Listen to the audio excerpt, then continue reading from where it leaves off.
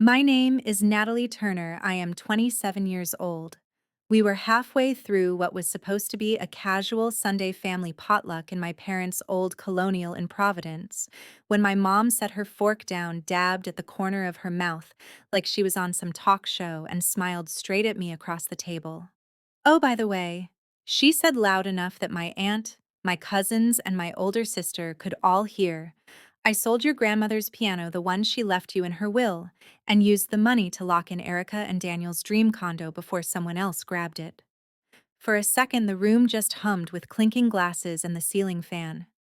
Then my brother-in-law Daniel grinned, lifted his beer, and said, "Best decision anyone in this family's made in years." If you're already shaking your head, I don't blame you. Before I tell you how far my mom pushed this, and how far I had to go to push back, tell me in the comments where you're watching from and what you'd do if your parents pulled this at dinner. My mom basked in the little wave of approval, explaining to the table how the baby gran that sat in our living room for as long as I'd been alive was just collecting dust. How she'd talked up the family history to a collector and turned it into $15,500. She bragged about how fast she'd negotiated, how smart it was to move quickly before the market cooled, and how Grandma Evelyn would be thrilled her piano helped Erica finally get out of that cramped rental. My stepdad Robert chuckled and put an arm around my mom's chair like they were a team that had just won something. Erica shot me an apologetic little shrug that somehow still managed to feel smug. That piano wasn't just wood and strings to me. It was the last gift my grandmother Harold's widow had picked out with me at the music store, the instrument I learned on, the one she made sure was written into her will with my name on it, because in her words, "You're the only one who actually listens." Hearing my mom talk about it like a trade-in special sent something cold and sharp through my chest. I kept my face neutral, my fork moving, because I knew if I cracked even a little, my mom would treat it like a bit she could milk. Growing up as the younger daughter, I was the one she rolled her eyes at, the too sensitive one, while Erica was the golden child who could do no wrong. If there was one extra bedroom, it went to Erica. If there was money for summer camp or a school trip, it went to Erica. When Grandma Evelyn left me the piano specifically, my mom laughed and said, "Well, at least you finally got something special of your own." Apparently of my own ended the moment my mother decided Erica needed a nicer zip code. What none of them knew as my mom held court was that selling the piano was only the first choice she made that night. Everything that came after, the call from the buyer, the emails I wasn't supposed to see, the recordings, the lawsuit, would rip apart whatever was left of our family's story. The next morning, my phone started buzzing on my nightstand before my alarm. An unknown number flashed on the screen. My first instinct was to let it go to voicemail, but something in my stomach twisted, so I answered. "Is this Natalie Turner?" a man snapped before I could even say hello. "Yes," I said, sitting up. "Who's calling?" "This is Marcus Langford," he said, voice tight with anger. "I'm the one who bought your grandmother's piano. I need to know what game your family is playing with me." I gripped the phone harder. "I don't know what you mean," I said, although I had a sick guess. "Your mother swore up and down that you agreed to the sale," he shot back. "She sent me a signed statement with your name on it, told me the instrument was hers to sell, no liens, no disputes. Then my attorney pulls the probate documents and sees your name listed as beneficiary. Do you have any idea what it means if I bought something that wasn't legally hers to sell?" My mother never told me anything about selling it. I managed my throat suddenly dry.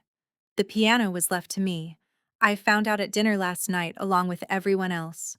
There was a beat of silence on his end, then a curse muffled under his breath. "Then she lied to me in writing," he said.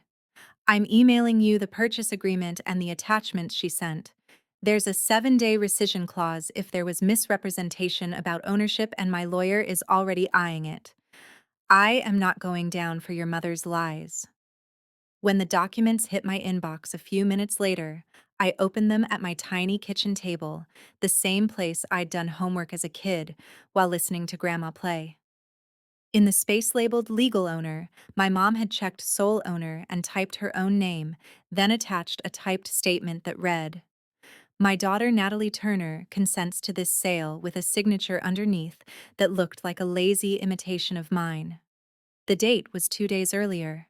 We were on day 3 of the 7-day window. A slow, focused rage settled over me as I scrolled through the attached email chain. This wasn't some frantic decision my mom made last minute to get Erica into a better place. The emails went back almost 4 months. There was my mom talking about how she was playing the devoted daughter to keep Grandma Evelyn from overthinking the will, attaching photos of Grandma and me at the piano, and calling them great for marketing. In one message to Marcus, she joked about how my younger one barely touches the thing anymore, framing me as careless so he would feel better buying from her. Buried deeper, I found a screenshot of a bank transfer. Only $8,000 had gone toward the condo's earnest money. The rest had been split between a cosmetic clinic in Boston and a waterfront spa in Newport. There were messages from my stepdad full of worry about dipping into his retirement to help Erica, and my mom replying, "Relax, the piano money and my bonus will cover more than you think." He clearly had no idea she'd already sold it behind my back. In that moment, the betrayal stopped being an abstract feeling and turned into a timeline, dates, amounts, subject lines. Knowing what she'd done and actually doing something about it were two very different things, especially when every instinct in me had been trained to keep the peace and not make waves. At lunch that day, I sat in the break room at the insurance office where I worked, staring at the contract on my phone, while my coworker and closest friend Vanessa Cruz poured herself coffee. "You look like you're about to throw that thing against the wall," she said, sliding into the chair across from me. I handed her my phone without a word. She scrolled her eyebrows, climbing higher at every line. "She forged your name," she said finally. "Nat, this isn't just messed up, this is illegal." I gave her the short version of the dinner, the call from Marcus, the bank transfers. Vanessa had heard plenty over the years about how my mom treated Erica like royalty and me like the free babysitter. But this was new even for her. "You need a lawyer," she said, voice firm. "And probably a therapist, if I'm honest. This is the kind of thing that scrambles your sense of reality." The therapist part hit me harder than I wanted to admit, because I had started seeing Dr. Monica Pierce a few months earlier, after a string of tense visits home left me feeling like I had to rehearse every sentence before I spoke. In our last session, I'd talked about always being the extra kid, the one my parents bragged about, only if it made Erica look even better by comparison. When I told her about the piano being the one thing that felt like mine, she'd said, "Notice how you light up when you talk about it. Notice how small you get when you talk about your parents." Now, staring at the forged signature, I realized how right she had been. That afternoon, I called a local estate attorney, Allison Greer, whose name Vanessa had pulled from a client list. When I sat in Allison's small office on the east side 2 days later and laid out the will, the contract, and the emails, she listened without interrupting, just taking notes and glancing occasionally at the stack of documents. "You have a very strong case for fraud and conversion," she said finally. "The will is clear. The paper trail is clear. The buyer is already suspicious. But an admission in your mother's own words would make this almost impossible for her to spin. My advice: do not confront her directly yet. Let her talk. Let her show you exactly who she is on tape." Something inside me shifted when she said that, like a door closing. For 27 years, my role in my family had been to react, to smooth over, to back down, to swallow things that felt wrong, because that's just how your mother is. And Erica needs more support. Leaving Allison's office, I felt something different to plan. That weekend, I drove to my parents' house with a store-bought pie and my best impression of the dutiful daughter face. I apologized for being so dramatic at the potluck and told my mom I was trying to see the bigger picture about helping Erica. I complimented the condo pictures Erica had posted, even though the sight of the hardwood floors made my stomach flip. My mom's suspicion melted into the glow she saved for moments when she felt obeyed. "You're finally getting it. she said, swirling her wine at the kitchen island. Sometimes you have to make tough calls for the good of the family. My phone lay face down between us, recording every word. I eased into it the way Allison had suggested. I asked my mom how she'd found a buyer so fast, how she'd convinced him to pay that much for an instrument that had already lived a long life. She perked up, happy to relive the performance. Men like that eat up a good story, she said. I told him about your grandmother playing lullabies while you sat on the bench. Let him think he was buying some magical family artifact instead of a bulky piece of furniture we didn't have room for. He practically threw the money at me. She laughed, then added, "And the look on your face when I told you. Honestly, Natalie, it was priceless. Maybe now you'll understand that being sentimental doesn't pay the bills." Later that week, as I was about to head out after another family dinner, I heard my mom's voice from the dining room, low and conspiratorial. Erica's laugh floated back in response. I stayed in the hallway, hit record again, and listened. "You seriously signed her name?" Erica whispered, half shocked, half amused. "What if she finds out she never plays the thing?" My mom scoffed. "And I didn't just scribble, I practiced. Besides, sometimes the only way your sister learns is if she feels it. Maybe this will finally push her to grow up instead of clinging to that piano like it's a personality." Erica didn't object.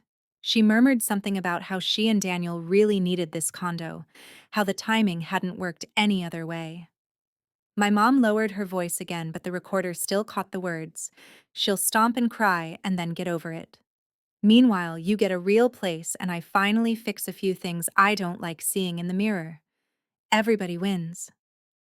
Listening from the hallway, my hand clenched so hard around my keys my knuckles ached. It wasn't just that my mom had stolen from me. It was that Erica, the sister who used to play duets with me on that very piano, had sat there and essentially agreed that my loss was worth her upgraded kitchen.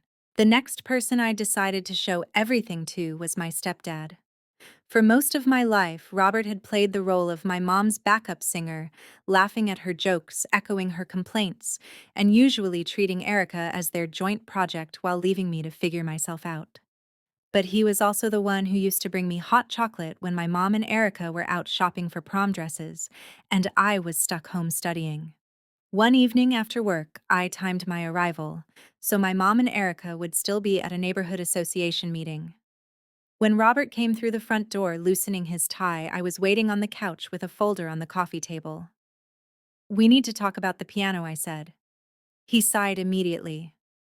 "Natalie, your mom already told me you're upset." "We really did think it's not about me being upset," I said, sliding the contract toward him. "It's about how she paid for that condo deposit and for other things she didn't mention." I walked him through the will, the purchase agreement, the forged consent, the bank transfers, the email where my mom assured Marcus she was the sole owner, and finally, the recordings. As my mom's voice filled the living room, bragging about how she had told Marcus whatever he needed to hear and how amusing my reaction had been, I watched Robert's face shift from confusion to disbelief to something like nausea. When Erica's voice chimed in on the second recording, agreeing that my hurt was an acceptable cost, he rubbed his hand over his eyes like he was trying to wipe the sound away. "She told me your grandmother left the piano to her," he said hoarsely. "She said you didn't want it, that you thought it was too big for your place. I thought this was just another argument between you two, so I stayed out of it." "She lied to you too," I said quietly. "She always does it in a way that lets you believe you're just staying neutral." He sat back heavily. "Send me everything," he said after a long moment. "If she dragged me into this, I want to know exactly how deep it goes." Only one person in my family had both the history and the authority to make my mom's pattern undeniable: my grandmother, Evelyn Turner. Even after my grandfather Harold died, Grandma had stayed in the little bungalow on the edge of Providence, insisting she liked the creaky floors and the way you could hear the church bells on Sunday mornings. My mom always had an excuse for why we couldn't visit more. Grandma was too tired. There was still tension from old drama. It was better to give her space. But in the notebook, Grandma had slipped me the same day she gave me the piano key. There was an address and a phone number written in her careful hand. A week after I talked to Robert, I drove over there on my day off, my heart pounding as I walked up the narrow front steps.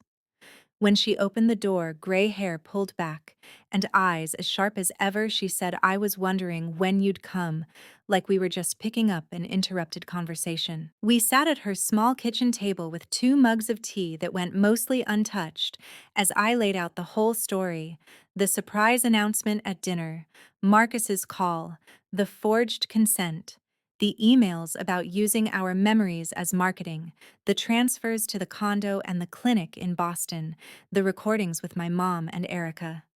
When I played the part where my mom said my pain might finally teach me something, Grandma's hand started to shake so badly she had to set her mug down. "She hasn't changed," Grandma whispered. When she was younger, she took her sister's college savings out of a joint account and blamed it on the bank. She pawned my wedding ring once and told everyone it was lost in a move. We covered for her because we kept hoping it was a phase, not a character. She looked at me, eyes shining with tears that weren't just about what had happened to me, but about what had been allowed to happen for decades. "I wrote that piano into the will for you because you were the only one who ever sat here and listened when I talked about our family's mess," she said. I wanted there to be one thing she couldn't twist, and somehow she still found a way. "I'm not covering for her," I said, my voice steadier than I felt. "Not this time. If I let this go, she'll just do it again to someone else, and it might be worse. I'm done being the one who absorbs the damage so everyone else can have a peaceful holiday." Grandma nodded slowly, the lines around her mouth tightening. "Then I won't cover either," she said. "If you're taking this beyond family meetings, I'll stand next to you." She doesn't get to hide behind my silence anymore. Later that week, I sat across from Allison again and told her about Grandma's reaction. Allison nodded, clearly pleased. "A supportive prior generation carries weight," she said. "Here's what I propose: we set up a family gathering that looks like nostalgia on the surface. Maybe a music night for your grandfather's birthday, since the piano was such a big part of holidays. We invite the relatives who usually take your mother's side. Then, in front of them, we lay out the will, the contract, the recordings, and if Marcus is willing, we dial him in. If they see and hear everything at once, your mother's usual 'poor me' story will be a much harder sell." Planning what was essentially an ambush in my parents' dining room felt both surreal and weirdly inevitable. My mom loved any excuse to be the center of a room, so when Grandma called and suggested a little get-together to remember Harold's birthday and play some music, my mom jumped at the idea. "We were overdue for something like this." She gushed already, talking about recipes and asking Erica if she'd bring a cheese board. Erica and Daniel said yes, immediately thrilled to have another chance to talk about paint colors for their new place. My Aunt Carol and my cousins Lauren and Jason, who usually believed whatever my mom told them during holiday phone calls, agreed to drive in from Cranston. Robert looked tired but said nothing when my mom looped him in.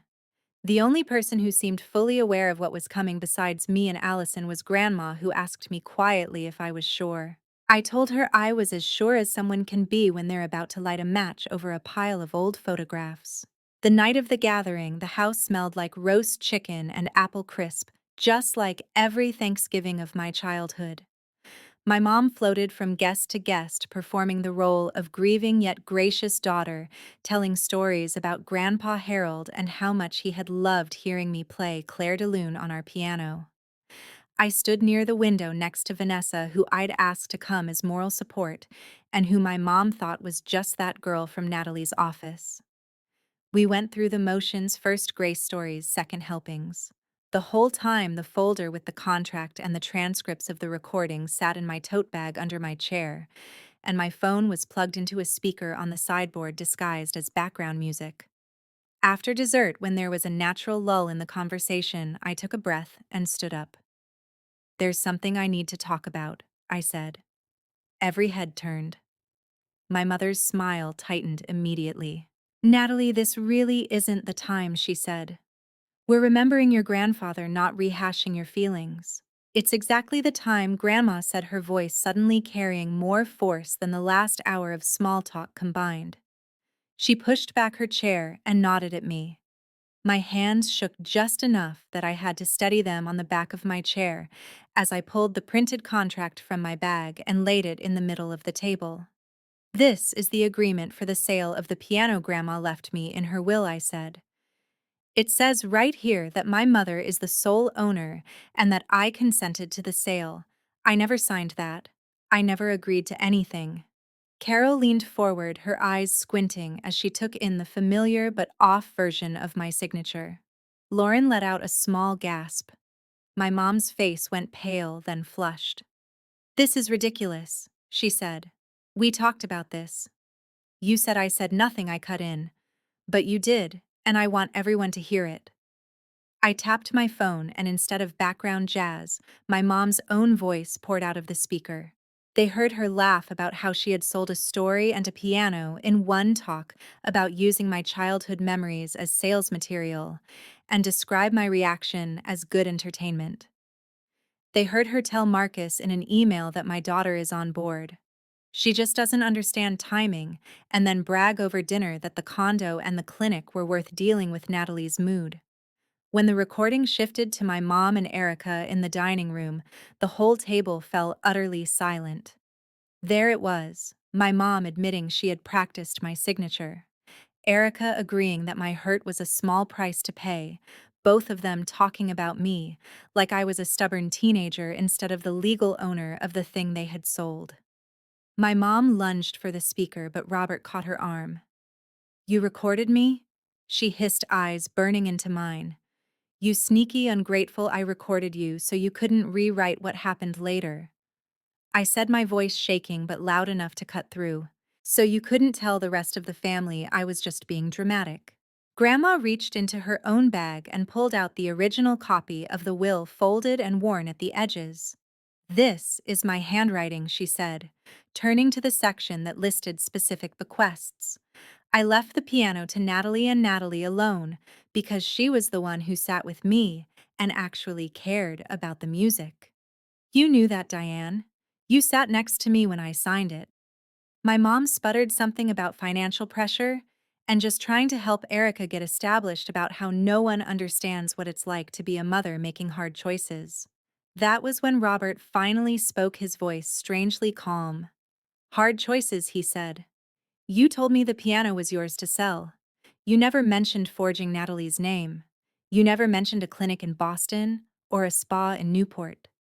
You let me feel guilty about not doing more for Erica, while you hid that you'd already stolen from the one person in this family who actually had something of her own." Before my mom could respond, my phone buzzed. I put it on speaker. "This is Marcus," the voice said, clear and steady. "I agreed to join this call at Miss Greer's suggestion. I can confirm your mother represented herself as the sole owner, sent me a signed statement with Natalie's name, and never once mentioned that the will said otherwise. If this goes to court, I will testify."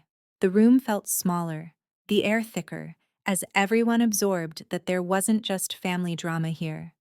There was a stranger on the line willing to stand up in a courtroom and say my mom had lied to him too. Aunt Carol sat back, shaking her head like she was trying to dislodge years of blind loyalty. Lauren picked up her phone, then set it down, then picked it up again, like she couldn't decide whether to document or just witness. My mom looked around the table, searching for someone to jump in with the usual script about no one outside the family understanding. No one did. Finally, Grandma looked her daughter in the eye and said, "From this day on, I am done making excuses for you. You took something I left to Natalie on purpose, lied about it, laughed about how much it hurt her, and expected the rest of us to applaud. That is not motherhood. That is selfishness." She paused, her hands trembling but her voice steady. "I won't stand beside that anymore." In that moment, my mom wasn't the misunderstood martyr she liked to play. She was just a middle-aged woman standing alone at a dining table while everyone else slowly pushed their chairs back. After that night, there was no putting things back in the box with a few tears and a group hug. Allison moved quickly. Within 2 weeks, she sent my mom a formal demand letter on both my behalf and Marcus's, laying out exactly what we wanted.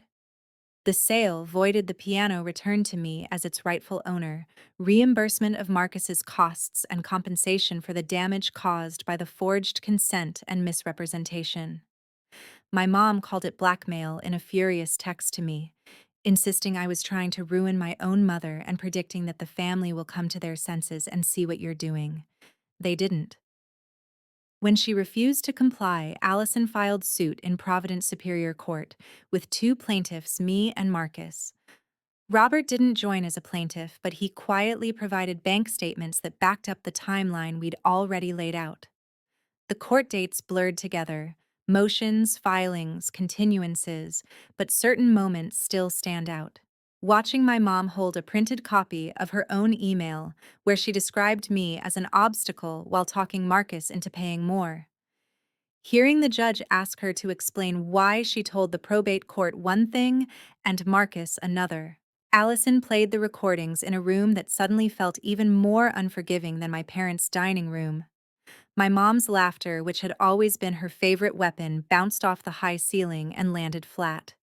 When Erica had to take the stand and answer questions about that night in the dining room, about whether she had objected at all.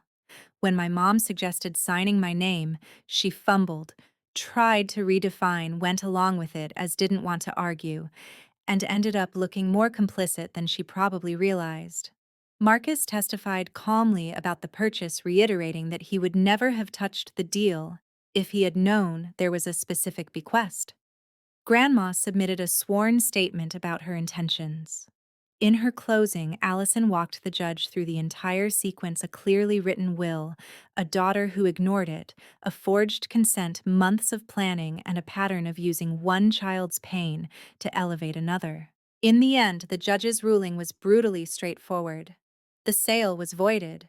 The piano was to be returned to me. Marcus was to receive his money back from my mother. On top of that, the court awarded me damages equal to 3 times the sale price, $46,500, based on the intentional nature of the fraud and the emotional harm it caused. The financial fallout hit my parents quickly. Marcus wanted his money back within 30 days. The judgment meant my mom owed me not just the value of the piano, but the multiplied damages and my legal costs. The savings she'd counted on for Erica's condo renovation evaporated. The cosmetic clinic and spa charges were already on a credit card with a high interest rate. Within a few months, the dream condo Erica and Daniel had boasted about became a strain they couldn't cover. Daniel started asking awkward questions about where the deposit really came from. When he realized his down payment had been funded by theft, he told Erica he wasn't comfortable building a life on that foundation. They ended up breaking their contract and moving into a much smaller place farther from downtown, a constant reminder that their upgrade had been paid for with someone else's loss. For my mom, the practical consequences kept stacking. Someone no one ever admitted, who had taken a short clip from the family gathering where she talked about using Natalie's memories to close the deal, and posted it on a local community page. It traveled faster than anyone expected. People from church, from the PTA, from her book club recognized her voice. My mom worked at a nonprofit that branded itself around supporting families through crisis. When the board saw the video and realized the woman on screen laughing about using her own child's grief as leverage was the same person counseling clients, they called her into a meeting. Officially, they said they were restructuring and her role was no longer a good fit, but everyone knew what it meant. Friends who had once gossiped with her over wine and commiserated about ungrateful kids suddenly stopped returning her calls. The neighbor she used to brag to about Erica's achievements looked away when they passed on the sidewalk. At home, the tension with Robert thickened until he finally said, "I can't keep living like this, Diane," and filed for divorce. In their separation agreement, he kept the retirement accounts that were legally his and refused to co-sign any new mortgages or loans. "You taught me something too," he said, according to Grandma. If you'll steal from your own daughter, you'll rationalize anything. Grandma rewrote her will, leaving what remained her modest house, some savings, a few keepsakes to me and my cousins, with one clear line, excluding my mother from inheriting anything further. Through all of this, my own life didn't magically become a movie montage of triumph. Winning in court didn't undo the nights I lay awake replaying my mom's words, or the way Erica's silence on the stand echoed louder than someone yelling. I kept going to therapy with Dr. Pierce, who reminded me gently that justice doesn't erase grief. It just keeps you from being swallowed by someone else's version of the story. I moved into a small apartment in a quieter neighborhood, paid off my lingering student loans with part of the damages, and put the rest into a savings account and a separate fund I labeled Future Music. When Marcus's movers returned the piano, I had it placed in a climate-controlled storage unit instead of in my living room. I wasn't ready to sit at it yet. Some nights I would drive over, open the unit, lift the fallboard, and just look at the keys. It felt like standing at the edge of a life I could have had if different people had made different choices. Vanessa and I started going to open mic nights around Providence, where other people told stories into microphones about messed up families, bad relationships starting over. Hearing strangers laugh and clap for people who said, "This hurt, and I'm still here," made something in my chest loosen. Months passed before my mom finally reached out directly. At first, it was a missed call here, a short text there. "We need to talk. You've made your point. Call your mother." I ignored them. Dr. Pierce had warned me that guilt messages were likely and suggested I think carefully about whether any contact at all would help me or just pull me back into old patterns. Then one afternoon, a longer message came through. My mom wrote about how she was living in a cramped two-bedroom apartment now instead of the house she'd bragged about for years. She mentioned whispers when she went to the grocery store, friends who turned on her, a reputation ruined over one mistake. She ended with, "You got what you wanted. Are you happy now?" The thing was, I wasn't happy, at least not in the simple way she was accusing me of. I wasn't walking around glowing with revenge. What I was finally was not constantly bracing for the next emotional sucker punch. After talking it through with Dr. Pierce, I agreed to meet my mom once in a cafe across town where no one knew us. When I walked in, I almost didn't recognize her. The woman who used to command every room looked smaller. Her posture collapsed inward. She tried on a weak smile. "Natalie," she said, as if saying my name alone might reset everything. "You look different." "So do you," I said, sitting down across from her. There was an awkward silence, the kind that used to make me rush in with reassurance. I didn't fill it. Finally, she launched into a speech about everything she had lost: the house, the job, the marriage, her standing at church. "People look at me like I'm some kind of monster," she said, her voice trembling just enough to invite sympathy from anyone listening. "Your grandmother cut me off. Erica barely calls. Do you have any idea what that feels like? Do you have any idea what it felt like?" I asked quietly, to hear you say that my pain was useful to you, to have you sell the one thing Grandma made sure was mine and turn it into a punchline at dinner. She flinched but kept going, defaulting to the script she'd used my whole life. She talked about pressure and bills and no one understanding what it's like to age in this culture. She called what she'd done a bad judgment call and framed the lawsuit as me dragging my own mother through the mud. "I made a mistake," she said, eyes shining with tears. "But you destroyed me. You destroyed your own family." I shook my head. "You destroyed the version of you I kept trying to love," I said. "You chose Erica's comfort over my rights. You treated my inheritance like a piggy bank for cosmetic work and a vacation. And you didn't just do it in desperation. You laughed about it." For a moment, something almost like real regret flickered across her face. Maybe she was sorry. Maybe she was just sorry she'd miscalculated the fallout. "I'm still your mother," she whispered. "Blood is blood. You don't turn your back on that." You taught me that blood isn't enough, I said. Family is whoever doesn't sell you out when it's convenient. It's the people who protect your hurt instead of packaging it. She swallowed hard, anger seeping back into her voice. So that's it? She asked. You're cutting me off forever. After everything I did for you growing up, you won't lift a finger to help me now. I thought of all the times. Everything I did for you had been code for all the ways I controlled you.